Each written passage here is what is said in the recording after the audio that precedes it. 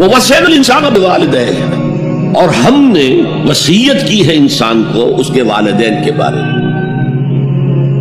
یہ بھی فطرت انسانی میں ہے، والدین کا شکر ادا کرنا، والدین کے حقوق تسلیم کرنا، ماننا، ان کی خدمت کرنا. بچپن میں انہوں نے انگلی پکڑ کر تمہیں چلایا تھا، اب ہو سکتا ہے بوڑھے باپ کو انگلی پکڑ کر آپ کو چلانا پڑے، تو اس کو اپنی طرح منسوخ کیا. کیوں؟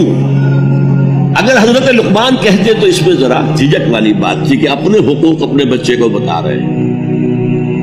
اللہ نے مضمون کی تکمیل کے لیے ووصینا الانسان بوالدیہ،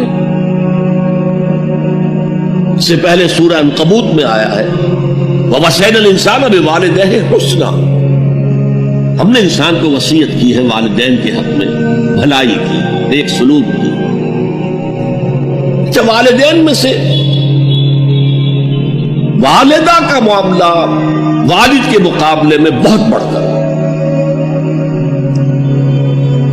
والد تو آپ کو معلوم ہے جو بھی ایک تعلق ہوا بیوی سے، اس کے بعد کا جو سارا معاملہ ہے وہ تو ماں کے پیٹ میں، ماں کا خون چوس کر وہ بچہ پل رہا ہے. حملتہ امہ وہنا علی وہن، اسے اٹھائے رکھا اس کی ماں نے کمزوری پر کمزوری جھیل کر. وفصالہ فی عامین، پھر 2 سال تک جوک کی طرح چمٹا رہا ہے اور اس کا دودھ پیتا رہا ہے، اس کی توانائی سٹ کرتا رہا. لہذا والدہ کا حق والد کے مقابلے میں ایک حدیث نبوی کی روح سے 3 گنا ہے. یہ بہت اہم نقطہ ہے. یہ ایک حدیث میں آتا ہے کہ ایک صحابی نے حضور سے پوچھا، حضور میرے حسن سلوک کا اولین مستحق کون ہے؟ فرمایا تیری ماں. کہا ان کے بعد؟ فرمایا تیری ماں. تیسری مرتبہ پوچھا ان کے بعد؟ تیری ماں. چوتھی مرتبہ پوچھا تو کہا تیرا باپ. گویا کہ والدہ کا حق اس کی خدمت، اس کے ساتھ نرمی، کہیں اس کے دل کو ٹھیس نہ پہنچا دے. اس لیے کہ بڑا سخت قسم کا نفسیاتی معاملہ ہوتا ہے. آپ کو معلوم ہے جب بچے تھے ہم تو اپنے والدین کی محبت کا مرکز تھے. ان کی ساری محبت ہم پر مرکوز تھی. ہم بھی شفقت کو مانتے تھے، محبت کرتے تھے. ہماری شادی ہو گئی، اولاد ہو گئی تو ہمارا ایک نیا مرکز محبت وجود میں آ گیا. بیوی سے محبت ہے، اولاد سے محبت. اب بوڑھے والدین کے اندر پیاس پیدا ہوئی محبت. یہی ہمارے ہاں ساس بہو کا جھگڑا جو ہے اس کی اصل بنیاد نفسیاتی ہے کہ ان کے دلوں میں پیاس. اب اگر ان کی دلجوئی کی جائے، ان کو وقت دیا جائے، ان کے پاس بیٹھا جائے، ان کی باتیں سنی جائیں، تب تو ان کو کچھ نہ کچھ جو ہے تسکین ہوتی ہے. ورنہ ایک بڑا احساس محرومی شدید پیدا ہو جاتا ہے. بات یہی وجہ ہے کہ صرف 2 چیزیں ہیں جن کا محض دیکھنا تعظیم اور محبت کے ساتھ موجب ثواب ہے، عبادت ہے. خانہ کعبہ کو محض دیکھنا عبادت ہے، بیٹھ کر تعظیماً دیکھتے رہو، طواف بھی نہیں کر رہے، دیکھنا عبادت. اور بوڑھے والدین کو محبت بھری نگاہ سے دیکھنا عبادت ہے. تو یہاں اللہ صاف فرما رہا اشکر لی ولوالدیک، پہلا شکر میرا ہے، خالق میں ہوں. والدین کے دل میں شفقت میں نے ڈالی ہے، مقدم شکر میرا ہوگا. ولوالدیک، مخلوق میں سب سے زیادہ شکر والدین کی. اور یہ قرآن میں 5 جگہ آیا. وَقَضَىٰ رَبُّكَ أَلَّا تَعْبُدُوا إِلَّا إِيَّاهُ وَبِالْوَالِدَيْنِ إِحْسَانًا. سورہ بنی اسرائیل، سورہ بقرہ میں ہے، سورہ نساء میں ہے. ان اشکر لی ولوالدیک الی المصیر. لوٹنا تو میری طرف ہے، میں حساب لے لوں گا کہ تم نے میرا بھی شکر ادا کیا تھا یا نہیں، اور اپنے والدین کا بھی شکر ادا کیا تھا یا نہیں. اب دیکھیے 2 چیزیں آئیں، ایک شکر اللہ کا اور اس کا تقاضا شرک نہ ہو، ایک شکر والدین کا. اگر یہ دونوں چیزیں ٹکرا جائیں، کس قدر منطقی ربط ہے قرآن مجید کی آیات. والدین حکم دے رہے ہیں شرک کرو، کیا کریں؟ آپ کے علم میں ہوگا حضرت سعد ابن ابی وقاص رضی اللہ تعالی عنہ عشرہ مبشرہ میں نوجوان تھے، ایز اے ٹین ایجر ایمان لائے ہیں حضور۔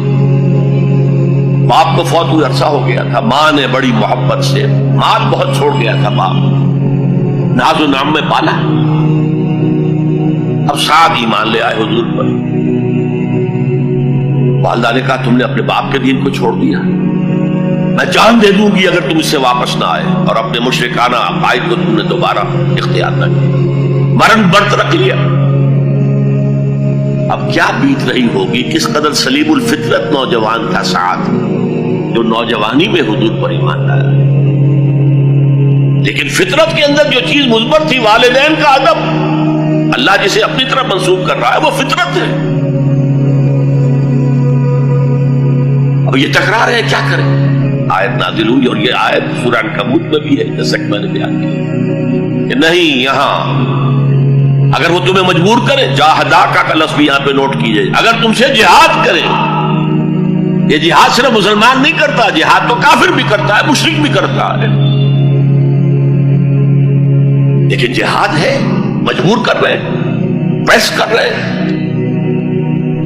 کہ اپنے آبائی دین میں واپس آ جائے۔ مصعب بن عمیر کو برہنہ مادرزاد کر کے چچا نے نکال دیا، نہایت ناز و نام میں پلا ہوا نوجوان۔ نہرو جی کے بارے میں کہا جاتا ہے ان کے کپڑے پیرس سے سل کر آتے تھے، ان کا 200 درہم کا جوڑا شام سے تیار ہو کر آتا تھا۔ باپ اتنی دولت چھوڑ گیا، اور جہاں سے مصعب گزر جاتا تھا خوشبو اتنی رچی بسی ہوتی تھی ان کے لباس میں کہ پوری گلی، پورا بازار مہک جا رہا ہے، لوگ ہاں مصعب جا رہا۔ جب ایمان لے آئے، چچا نے کہا دیکھو یہ ساری دولت تمہارے مشرک باپ کی ہے، اب نکل جاؤ گھر سے، تمہارا کوئی حق نہیں ہے۔ اٹھ کر چلنے لگے، کہا یہ کپڑے جو تمہارے جسم پر ہیں وہ بھی اسی مشرک باپ کے، اتار دو۔ مادر ذات برہنہ ہو کر ماں کے پاس آئے، انہوں نے آنکھوں پر ہاتھ رکھے، وہ سب کیا ہوا ہے؟ کہا ماں میں موحد ہو گیا، یہ ہے توحید۔ موحد اپنے آپ کو سمجھنا کچھ اور ہے، زندہ قوت تھی زمانے میں یہ توحید کبھی، اور اب کیا ہے؟ فقط ایک مسئلہ ہے علم کلام۔ وَإِن جَاهَدَاكَ عَلَىٰ أَن تُشْرِكَ بِي مَا لَيْسَ لَكَ بِهِ عِلْمٌ فَلَا تُطِعْهُمَا۔ اچھا یہ دو انداز آتے ہیں شرک کے بارے میں، مَا لَيْسَ لَكَ بِهِ عِلْمٌ، تمہارے پاس کوئی علم نہیں ہے ان ہستیوں کے بارے میں جن کے بارے میں کہا جاتا ہے کہ وہ خدا کی شریک ہے۔ عقل جو ہے یہ عقل انسانی تسلیم نہیں کرتی، ایک ہی ارادہ ہے، ایک ہی اسکیم ہے، ایک ہی حکمت ہے، ایک ہی پلان ہے جو پوری کائنات کو اپنے احاطے میں لیے ہوئے۔ یا کہا جاتا ہے ما لم ينزل به سلطانا، کسی ایسی ہستی کو شریک نہ کرو جس کے لیے اللہ نے کوئی سند نہیں اتاری۔ اللہ اگر کہتا میرے ساتھ یہ بھی شریک ہے تو ٹھیک ہے، ہم اللہ کو سجدہ کرتے ہیں، اس کو بھی کر دیتے ہیں۔ جیسے کہ حضور سے کہلوایا گیا ان کان للرحمن ولد فانا اول العابدین، اگر رحمان کا کوئی بیٹا ہوتا سب سے پہلے میں عبادت کرتا اس کی۔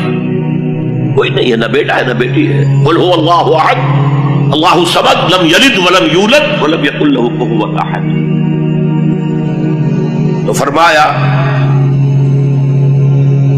وَإِن جَاهَدَاكَ عَلَىٰ أَن تُشْرِكَ بِي مَا لَيْسَ لَكَ بِهِ عِلْمٌ فَلَا تُطِعْهُمَا۔ لیکن یہی توازن دیکھیے، یہ صرف اللہ کے کلام میں ہو سکتا ہے، یہ نہیں کہ پھر ان کو دفاع کرو، ان سے کوئی تعلق نہ رکھو، نہیں۔ صاحبهما فی الدنیا معروفا، ان کا کہنا تو مت مانو اس معاملے میں، اللہ کا حق احق ہے، بالا در ہے، لیکن ان کے ساتھ دنیا میں رہو معروف طریقے سے، ان کے حقوق ادا کرو، چاہے مشرک ہے والدین، چاہے کافر ہے والدین، ان کی خدمت تمہارے ذمے ہے، ان کی ضروریات پورا کرنا تمہارے ذمے ہے اپنے مقدرت کے مطابق۔ صاحبہما فی الدنیا معروفا، اور واتبع سبیل من اناب الی، پیروی والدین کی ضروری نہیں ہے، اطاعت والدین کی لازمی نہیں ہے۔ لا طاعت لمخلوق فی معصیت الخالق، کسی مخلوق کی اطاعت نہیں کی جا سکتی اگر اس سے خالق کی معصیت لازم آ رہی، تو والدین کے لیے بھی ہے۔ اطاعت مطلق نہیں ہے، پیروی ان کی ضروری نہیں ہے، پیروی اس کی کرو جس نے اپنا رخ میری طرف کر لیا۔ ابھی اللہ کا کلام چل رہا ہے، درمیان میں جو آیا اتباع اس کی، دیکھو کون ہے جس نے اپنا رخ میری طرف کر لیا ہے، پیروی اس کی کرو۔